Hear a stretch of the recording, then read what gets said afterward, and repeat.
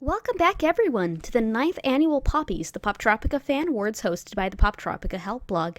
This is Smart Bubbles, one of your hosts for this event. I'm Icicle, also from the PHB. I'm also happy to announce that this is my first time hosting the Poppies for this year. This year has been a bit of a strange one. The game has effectively slowed to a halt with the port to Cool Math Games, so we had to think hard about how to approach this event going forward. While it was a bit close, community votes favored sticking with the old method, a mix of focusing on game and fan content. Still, we've brought on new categories to keep things fresh. Remember to stick around afterward for after party in the Poptropica Arcade.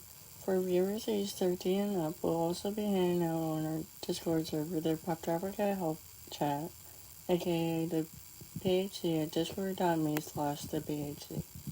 We're starting with the Game Awards, focusing on our favorites old and new from officially made content. Our first category is Best Boss Fight. For many of us when we were little, Poptropica gave us many surprising challenges. These are major parts of many island stories, ending with epic battles, usually against fan-favorite villains. Our contenders for this round are the Mad Inventor Mordred, the galaxy-conquering Omegon, the King of the Seas Captain Crawfish, and the literal god, Zeus. And now, the winner of this category is the final fight against Omegon on Poptropicon Island. During the nominations, I saw many fans express that they wanted to see him in the awards, even if Mordred usually sweeps the votes. It seems that by banding together, just like during the fight, you secured victory. Speaking of which, Mordred's boss fight on Astronauts Island secures second place just a few votes behind. You win this time, Omegon fans. You win. But come on, this one has stuck around for many of us. I am also pleased to announce that the Binary Bard himself has contacted me and promised to show his mercy and not hack the blog this time around. Okay, showing your obsession a bit here. In third place, we have the ending battle against Zeus on Supervillain Island, which takes inspiration from many previous islands to add fun references and mechanics. Finally, in fourth, we have Captain Crawfish from Skullduggery. It seems the pirates are the underdogs once more, unfortunately. Anyway, our next category is for cutest character. We've gone over favorites, the evilest, even the hottest, but now it's time for the little guys who warmed our hearts to take the stage. The nominations for this are Sprocket from Steamworks, the classic Dr. Hare, Bosco from Goofball, and Edgar from Monster Carnival. And for this event, we have a tie. Sprocket from Steamworks Island and Bosco from Goofball are going home with equal votes at about 3% each. Since we don't give out a single gold medal or statue here, they both will be considered the winner of this event. Sadly, Edgar and Dr. Hare were left behind, with the fuzzy mad scientist taking last place. It seems they still have their fans, but we may have to keep a lookout for another villain's revenge. You know what's better than cute bunnies and little robot companions in a kid's game, though? That's right. Angst. We had you vote for the most tear-jerking moment across the islands. Poptropica's original goal was storytelling, and sometimes those stories had their low points or bittersweet endings. We have Arabian Nights, Ghost Story, Vampire's Curse, and the Poptropica comics as contenders here. And it does seem people are as hungry for those tearful moments as I am. The votes were incredibly close.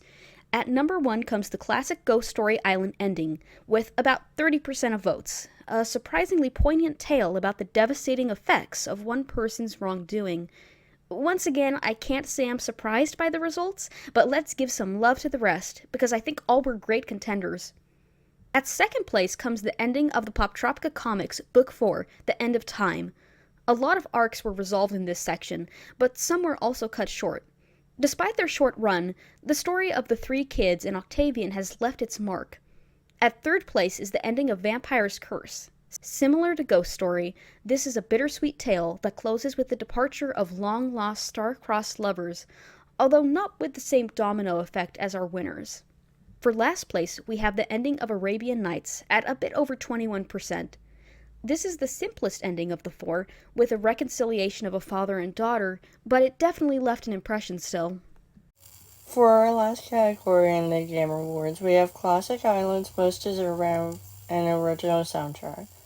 After the release of SUIs, or Sound Updated Islands, Many newer stories were released with their own music, and we even got some classics revamped. However, many were left in the dust with no hope of an OST or just a few unused crumbs on Jeff Himes' SoundCloud. Here we have Ghost Story, Vampire's Curse, Spy Island, and Astronauts. And our winner is, oh look, it's Astronauts again with nearly 30% of votes. Ad Astra per Aspera. Many Poptropians seem to agree that such an epic tale deserves its own background music. The medieval and futuristic aesthetics could have very unique results. However, like the last category, the others come close behind too. At nearly 25% of votes, we have the tragic tale of Vampire's Curse. I'm sure this one could have taken inspiration from classic horror flicks to add to the spooky atmosphere. Right below comes Ghost Story Island, which already had a violin piece in the original island, which Jeff Himes, Poptropica's composer, later adapted into an unused OST. Hearing Fiona's theme, Wherever You Go, would certainly have added to the whole story. Lastly comes Spy Island, which would totally take inspiration from James Bond-style films. Yes, be sure to check out the music page on the PHB or Jeff Himes SoundCloud if you're curious to hear the rest. Released and never seen. Now, we'll be moving on to the second chapter of this Poppies, our Community Awards. This part is meant to celebrate fan creations of all kinds. Our first category is Best Fanner of the Year, and this time we had a bit of a landslide victory. And we mean it seriously when we say you're all the winners of this one. The Sweet 16 collage arranged by the PHB Gentle Dolphin celebrating Poptropica's 16th birthday received well over half of the votes. This piece is special because it takes drawings of many community members' avatars, collecting them all in a sweet birthday bash. This was certainly a group effort. Next in place, we have a tie between Bear Traps by Snoopy Pilot and Zeus April Fools by Pajama Moon, which was made for a blog's villain ranking competition. It seems our favorite bad guys are still competing for attention wherever they go, with Myron Van Buren going on his usual disturbing hunts, and Zeus preparing for his next attack. In fourth place, we have Poptropica Tribes by Invisible Rin, showcasing the many teams of Poptropolis in a trading card style format. Next up is The Show Must Go On by Magic Kid. There's no doubt this piece is magical, with the intense word light and a somber view of the much-loved Grandmaster Raven. And here is another tie, with the villains once more. The Supervillains by XMZR features the Big Four of Supervillain Island in a unique and eye-catching style. And Bard and Rumple by Comical Icicle features two famous troublemakers with gorgeous colors. Last but never least, we have How I Became the Ruler of My Specific Poptropica World anime title, a short comic that pokes fun at the overlapping tropes between Poptropica and many animes, including the long titles. Also in a tie, we have Edgar, Edgar, Edgar by Magic Kid, a collage of the cute secondary character from Monster Carnival. Good for him for popping up twice in the nominations this year. Whoa, that is a lot. Nice job getting through all of them, and congrats to everyone here. It's neat to see a community effort win. And now we're moving on to Best Fan Video of the Year. This is certainly a shorter one, but with no less effort. We've got an edit, a history recap, a short film, and even an announcement for a Poptropica fan game. In first place, with a whopping nearly 70% of votes, we have Survival Edit by Lexley1234 on Instagram. A short but sweet edit of clips of our adventures in the wilderness. In second place, we have, wow, this is a lot of ties, the Poptropica Nostalgia Rewind by Nintendo Hero, and Poptropica Legends Teaser by former PHB staffer H. Peter Pop. Very different videos, but both big surprises this year. It's very rare that Poptropica is covered by larger non-fandom YouTubers, so it's always a treat to see. Meanwhile, HP's video features a revival of his planned fan game, Poptropica Legends, so keep an eye out for updates on that. Finally, we have Pirates Camera Action, a whole movie made in-game by creator Invisible Ring, featuring an original storyline. Our community may be small, but it's still very creative. And that brings us to our third category for this part, Best Animation/Animatic. Poptropica fans making short animations has been a thing for years, but this is the first time they get their own category. This year we have 9 submissions, which means I have to read more. Yay! Just too many good ones, I'm afraid. On screen, here are each of our nominations.